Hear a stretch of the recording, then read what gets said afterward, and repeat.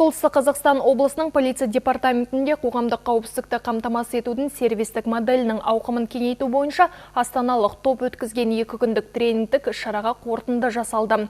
Оның нәтижесі бойынша облыстық әкімдік, денсаулық сақтау, білім беру, әлеуметтік қорғау, қоғамдық бірлестіктер, прокуратура, қылмыстық атқару жүйесі, полиция өкілдерінен жұмыс тобы құрылды.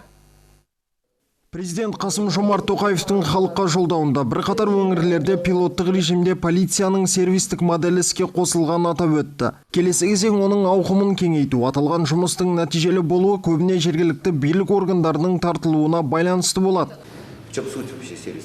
Сервистік модельдің мәні неде? Оның мәні жергілікті атқарушы органдар мен құқық қорғау жүйесінің халыққа деген көзқарастарын өзгерту. Бұл үшін пилоттық аумақтағы проблемаларды зерттеу, тек полициядан ғана емес, барлық мемлекеттік органдардың тарапынан барлық себептерді жою және азаматтардың тұрмысына қолайлы жағдай жасау қажет. Сонымен қатар полиция қызметін басқару құрылымын өзгерту, тән емес және қайталанатын функцияларды жою, жергілікті халыққа полиция қызметін сапалы көрсету үшін жұмысты оңтайландыру. Қоғамға бағытталған полиция жұмысының моделі 19 ғасырда Ұлыбританияда пайда болған. Кейін бұл формат бірқатар дамыған елдерде сәтті енгізілген. Осы жұмыс аясында тәртіп сақшыларының өзіне нақты талаптар қойылады. Барлық бағыттар бойынша дайын болу, қоғамның барлық сұрауларына, полицияның тікелей құзыретіне кірмейтін сұрауларға да жауап беру және ден қою.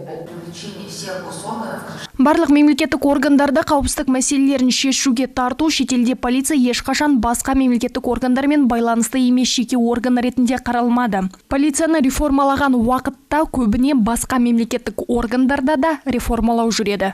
Тренингтің қорытындысы бойынша облыстық әкімдік, денсаулық сақтау, білім беру, әлеуметтік қорғау, қоғамдық бірлестіктер, прокуратура, қылмыстық атқару жүйесі, полиция өкілдерінен жұмыс тобы құрылды. Жиналған аналитикалық материалдар, тілектер мен ұсыныстар өңірде қоғамдық қауіпсіздікті қамтамасыз етудің сервистік моделі аясында әкімдікке жолданады. Нұрбол Балғабеков, полиция департаменті баспасөз қызметінің көмегімен әзірленді.